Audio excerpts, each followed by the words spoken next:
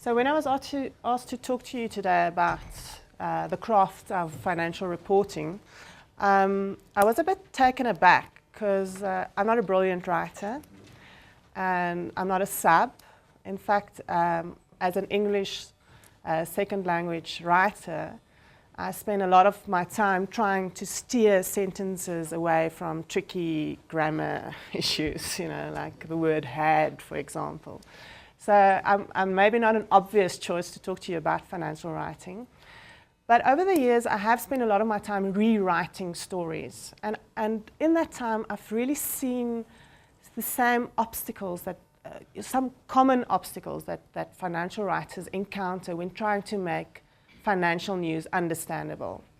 And that is a bit of a passion for me, is financial education and making news understandable for people. There has never been a time like this where people really need to understand what's happening. And that's not just because the major stories of our day is financial, the second transition, the economic crisis in Europe, the Great Recession, all of that's very important, and people need to understand why it's impacting on them and on their livelihoods. But we've also, all of us, have to make crucial financial decisions ourselves without the necessary knowledge. Like, for example, last week I've had to choose the underlying investment fund for my company pension fund. So there are 5 options. You're just confronted with it, and you're not sure how, what the different options mean, and it could potentially have a huge impact on your finances by the time you retire. So the whole shift towards defined contribution pension funds have really placed a lot of responsibility with us, ourselves. And also, your pension fund's not going to last through retirement. So you need to do some extra investments, and you need to know, where to start, what to look at. And as financial journalists, we have a huge role to play in educating people about all the options and personal finance. But it's not only personal finance. Your own career. Like 20, 30 years ago, you had one job for life. These days, people make major career changes 2 or 3 times in their lifetime. And you need to know what the business landscape is like. You need to know what the economic situation is. And we play a role in educating people about that. Also, when you start a business and so forth. So, the quote basically from a very trashy thriller is sort of underlying everything that I think financial journalists should keep at the back of their head. You're writing to help people make financial decisions. So in my own life, I go through 4 stages when I write a story. And the first stage is the news gathering stage. And there I don't have to tell you a lot about it. I'm sure all of you go through the process yourselves every day. Go big. You have to speak to everybody you can. You have to read everything you can. You have to speak to all the people who will be affected by the story to get a global view of what the story is about. And at the same time, at the back of your head, also thinking the whole time who the story will impact, and who you're writing for, who are you helping with in this story, So for example, if you write a story about a dairy company coming out with the results, who will have an interest in the story? Competitors will, investors in the company themselves, and also consumers, people who use dairy products. And how can I help those parties with the story I write? But at the same time, when you look at this macro picture, just focus on the small details. We're competing. There's no shortage of financial news. People are bombarded with it the whole time. But you have to grip people. You have to make it interesting. You're competing with everybody to have people read your story. So it's really important to grip them and be as entertaining as possible as you can. And what I mean with go small is just focus on the small things, the things that really interest people. I actually work for FinWrite magazine, and one of our journalists, Bruce Whitfield, wrote a story the other day about Stephen Kosef of Investec. And he started off the story by describing what Stephen Kosef has for breakfast, right? This is a guy who earns 45 million rands a year, and he eats unflavored oats, a bowl of oats every morning of his life. It's just a little simple detail that really, just shakes up the story a little bit. So just think about those small little things. And then for me, the most important step of writing a financial story, the structuring of it. And here it's the most important thing of structuring a financial story. The biggest question a financial journalist can ask him or herself before starting to write a story is this: should this be an infographic? It's very important for us to know that a large part of our readers, the whole of Generation Y and about half of Generation X, grew up with television. They are first visual readers. Okay? And if you speak to any primary educator at the moment, they'll tell you that children don't respond to audio instructions or written instructions anymore. They only respond to visual instructions. And it's very important to present, if you could present a story in a visual way, a proper infographic, especially in investigative reporting. I really think it works really well there. And The Guardian in England has done some really interesting infographics where you can interact with it. I really think that is something you should keep in at the back of your mind. People understand an infographic much better than they do a 3,000 word long story. It makes a much greater impact on them. So that's the first step. But then in the structuring of your story, it's very important to take time out and properly think about what you're planning to write here. Now, I'm a very bad driver. Okay, so I failed many driving tests. Okay, and in fact, I'm such a bad driver that once in one of these tests, I reversed parked my car so badly that it took 5 traffic cops just to get the car out of the bay. Okay, that's how bad a driver I am. And then one day, on my way to a driving lesson, it just suddenly dawned on me, if I drive like an old tannie, like an old auntie, I could do this thing. If I could, in my head, just stick to the speed limit, but take time when I make decisions, and not have this nervous energy thing going. You know how newsrooms are. They run on adrenaline and everything's rushed and blah, blah, blah. And that sort of approach has really helped me in my career, just to, before I write the story, just decide exactly what I want to do with it. Because I encounter a lot of bulimic journalism. Like, people just throw up everything that they collected or researched or whatever, and you as the reader are supposed to make sense of it all, And in that 2,000 word story, there are some great bits, but I'm not going to I'm not going to reach the 5th paragraph because it's too much, and everything is in there, and it's up to me to make sense of it. So it's really important to have a great structure in place, and what works for me is either to take a pen and paper or just type a quick, brief outline of how you see the story play out. Start with the headline. 80% of people will only read the headline on your story. Sad but true. So you may as well write it yourself. So don't leave it up to the subs.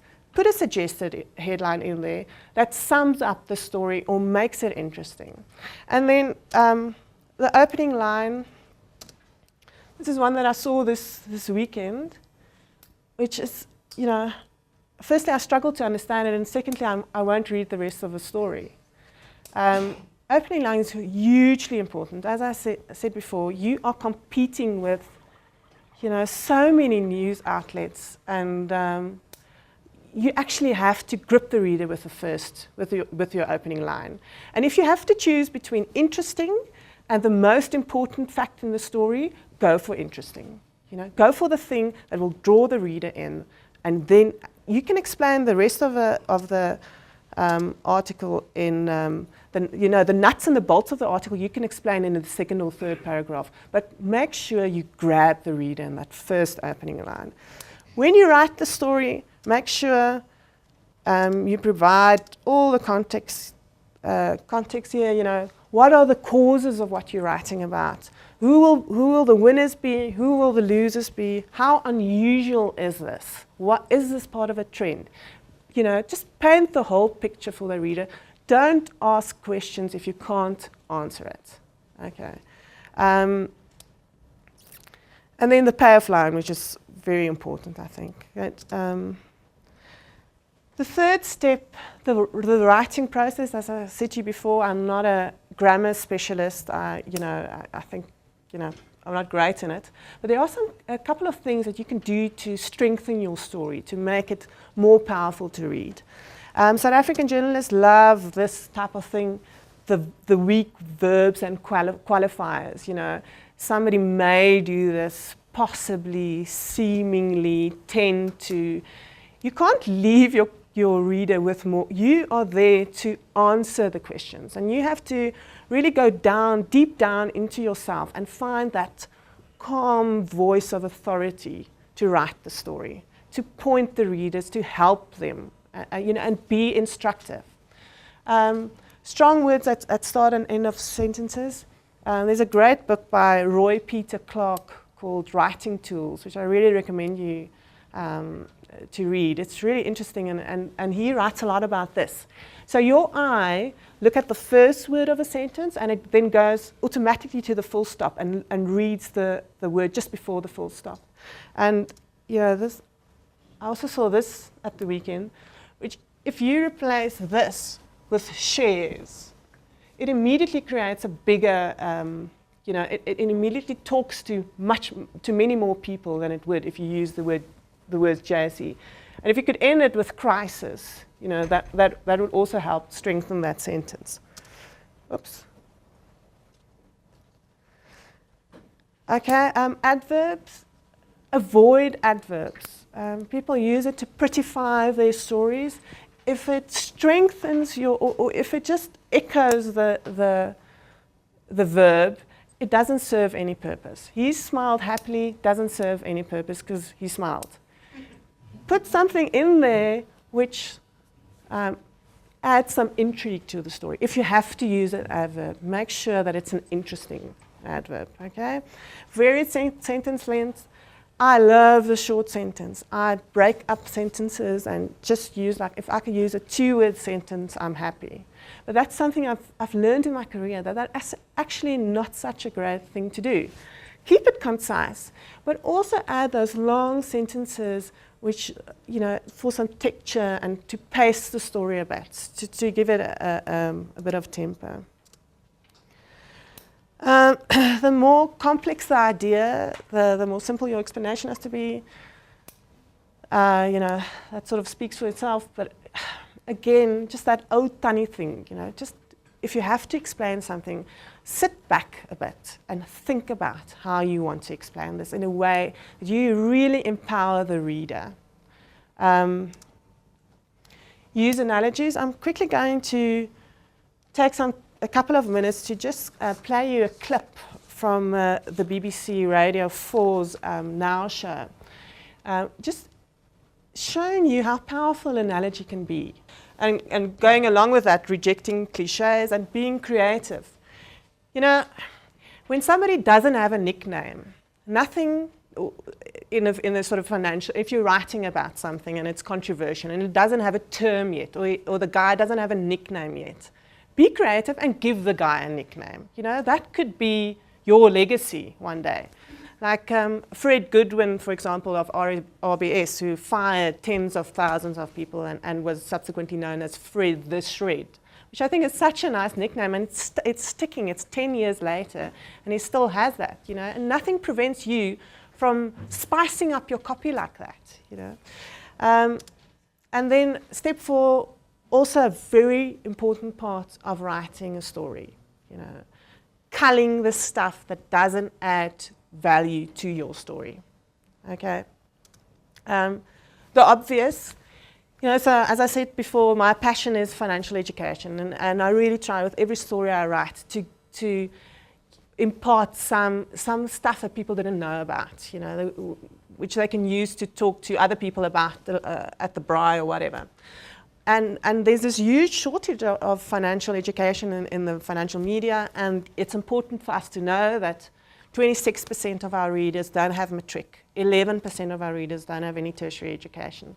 So, but they're not stupid, you know, and this, financial education doesn't help if it's pedantic, you know, and we talk them through the basics of all of us. We're all intelligent beings, and there's a way of writing stuff to explain it, which is, you know, funny and entertaining and witty, as you heard just now. You don't have to have a degree in business to understand what that analogy was all about and have a clear grasp of what's going on in Europe, just from a couple of sentences about a couple of guys in a bar.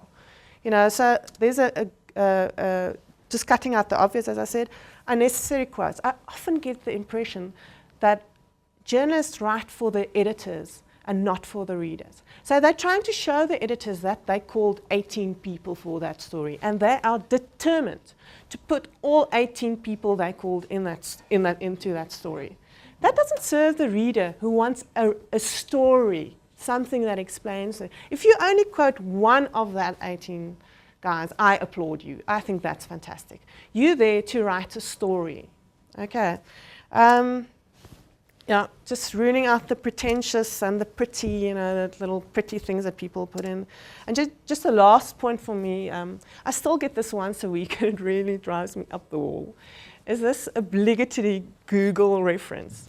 You know, something must be important because there are 154 million Google entries about it. Okay, you see that you still see that in financial journalism. Firstly, that's not true. Okay, there's a lot of articles written about the fact that is just sort of a ballpark figure, and if you drill down to it, you know, there won't be that many entries about it. And secondly, it's really old. You know, it's a cliche, and people should get over it. So that really, just very shortly, is what I'm trying to say about financial writing and what's important for me about it. I think the main point, which people obviously stress the whole time, is you can't be a good writer if you're not a good reader. And these days, there's a lot of stuff available on the web. There are great podcasts about business writing and books to read. So I would really, you know, if you're interested, let me know, and I'll send you a list of some interesting work on that subject. So any questions?